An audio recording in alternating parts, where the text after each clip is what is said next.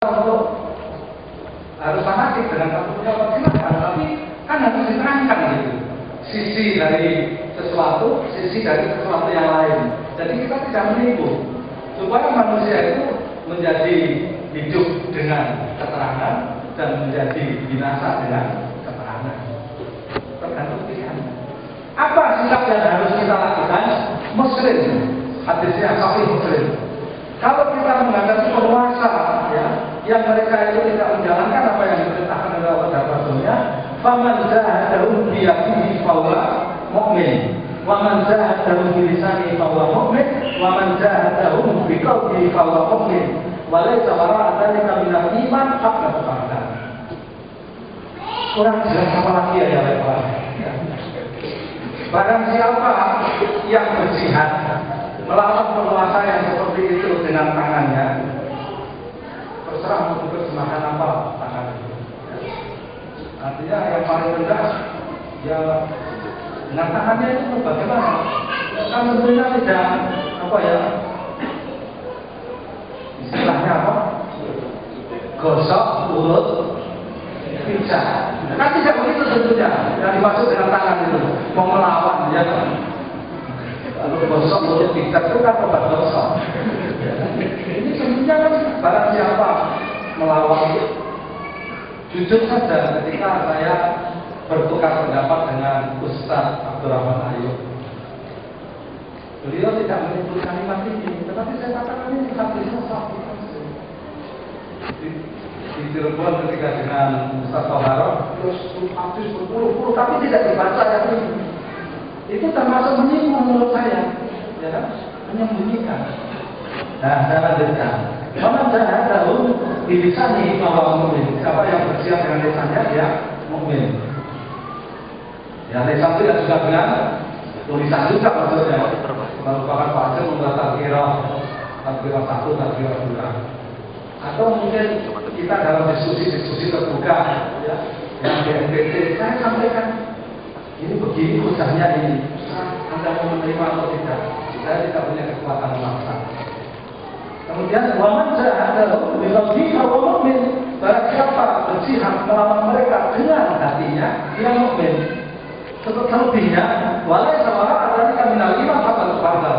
Kalau tidak melawan dengan tiga-tiganya, dengan tangan tidak, dengan lisan tidak, dengan hati tidak ada iman seperti itu. Apalagi ikut.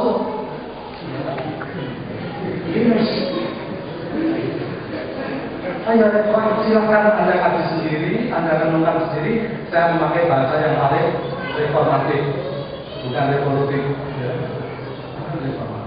Kemudian yang ketiga, tapi apa belum cukup kita buktikan bahwa untuk isu terorisme sebenarnya pemerintah Indonesia itu menjadi bagian daripada perang global Amerika melawan Islam dan tahun sendiri.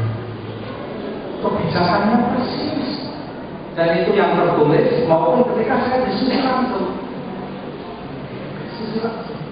Kalau secara Abbas ini menyampaikan pemikirannya secara subjektif, itu curhat beliau kepada antum karena antum pasrah. Seolah-olah antum mau mengambil beliau. Akhirnya beliau mau melakukan pembelaan. Saya yakin pikiran, hati, sikap beliau masih seperti apa yang beliau sampaikan. Saya yakin. Tapi beliau berada pada tempat yang salah di waktu yang salah. Jadi kalau Anda yakin seperti itu, ayo lewat. Kan kemudian pertanyaannya, setelah ini hadis menyebutkan 3 perkara ini, bagaimana cara melawan dengan hati ya lewat? Menarik sekali. Antum baca pada buku visi politik gerakan jihad Syekh Asyuri. Beliau memberikan beberapa solusi.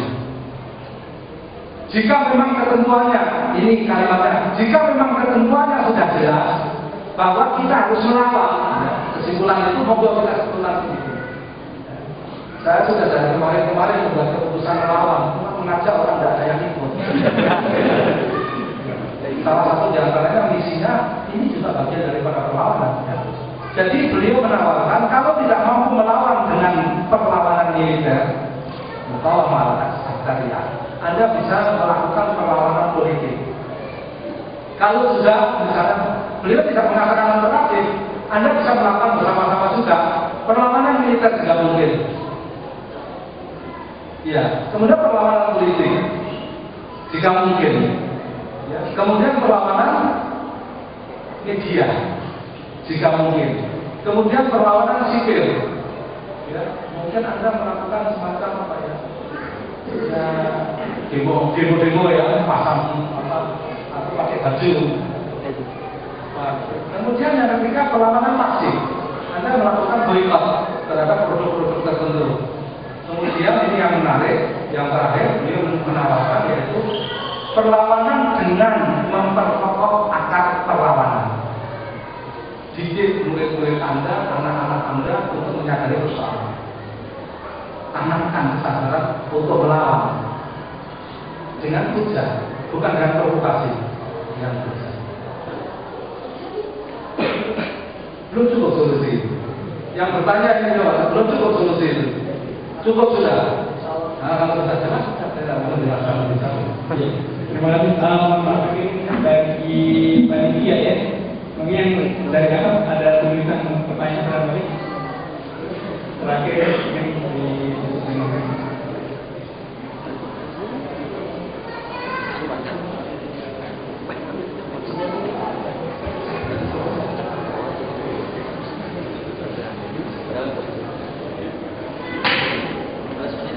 ya, jadi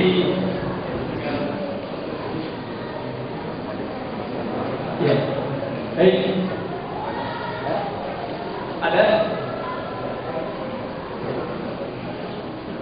oke, kalau sudah tidak ada, karena waktu mungkin, ada apa satu, mohon ini yang terakhir, mungkin kesempatan juga buat yang apa ya, mereka bertanya.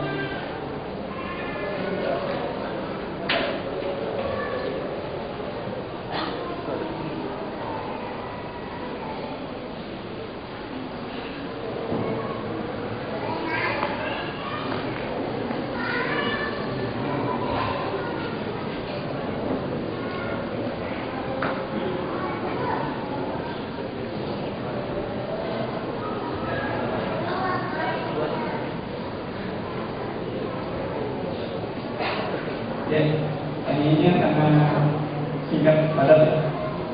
Lihat perempuan itu seperti apa? Ya, perempuan itu seperti apa? Ini diajukan untuk keduanya atau satu? Baik, karena nggak ada ini jadi kalau keduanya. Silakan boleh.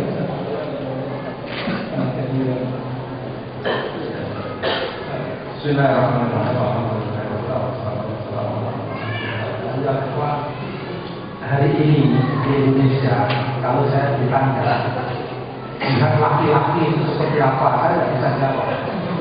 Apalagi jihad perempuan. Betul, realitas. Tapi semangatnya seperti ini.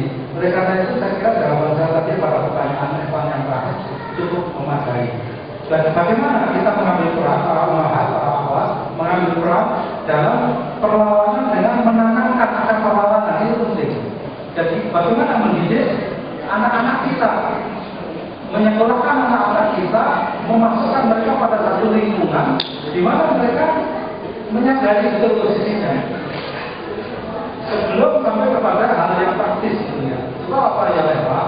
Kalau dari segi kajian fikih berdasarkan sejarah yang terjadi, muslimah itu pada satu ketika sudah ada di medan perang dan membawa tombak. Itu terjadi, tapi kondisinya seperti apa gitu? Kalau hari ini kan tidak mungkin, kalau saya mengatakan seperti itu tidak mungkin. Tapi kadang-kadang muslimah itu di medan perang kemudian memberi minum mujahidin, kadang-kadang merawat luka mujahidin. Semuanya itu tentunya bagian daripada perang, ya. Tapi kadang-kadang juga hanya di rumah melupakan suaminya, merelakan suaminya atau anak-anaknya untuk bersikap. Itu juga merupakan kontribusi yang konkret. Ini jawaban singkat, ya, jawaban singkat tentunya.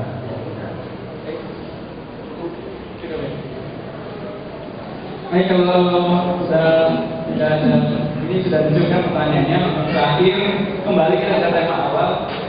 isu waste dan Islamophobia. Bagaimana kita menyikapinya seperti itu? Mungkin dari diskusi dan pertanyaan tadi bisa masing-masing dari masuk kita menunjukkan yang memberikan statement apa sikap kita untuk dua hal ini. Saya percayakan kepada Pak Nasir sendiri.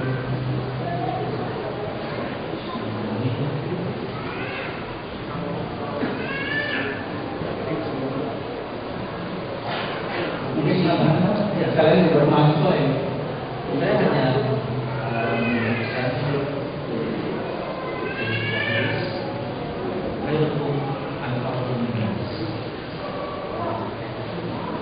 sebaik-baik kalian melakukan yang bermanfaat bagi manusia. Tinggal bagaimana caranya? Ya, kita pikirkan ya. Yang mungkin itu, ya saya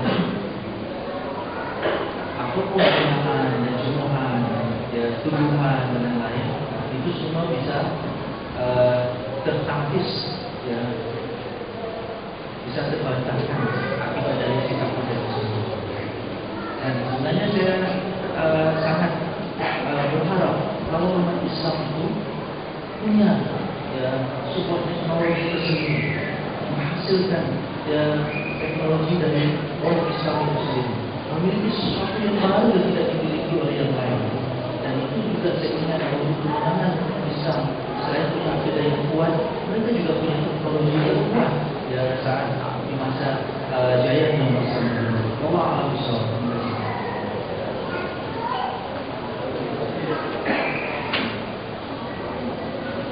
Bismillahirrahmanirrahim. Kita sholat. Ini terangkat dari firman Allah. Pada syaitan Allah yang sami Allah banyak kali menakkan. Dari kata berbicara kepada hamba-hambaku, mereka itu orang-orang yang mendengarkan perkataan dan kemudian memilih mana yang lebih baik atau yang paling baik di antara perkataan-perkataan. Semangat harus kita topang dengan satu kesediaan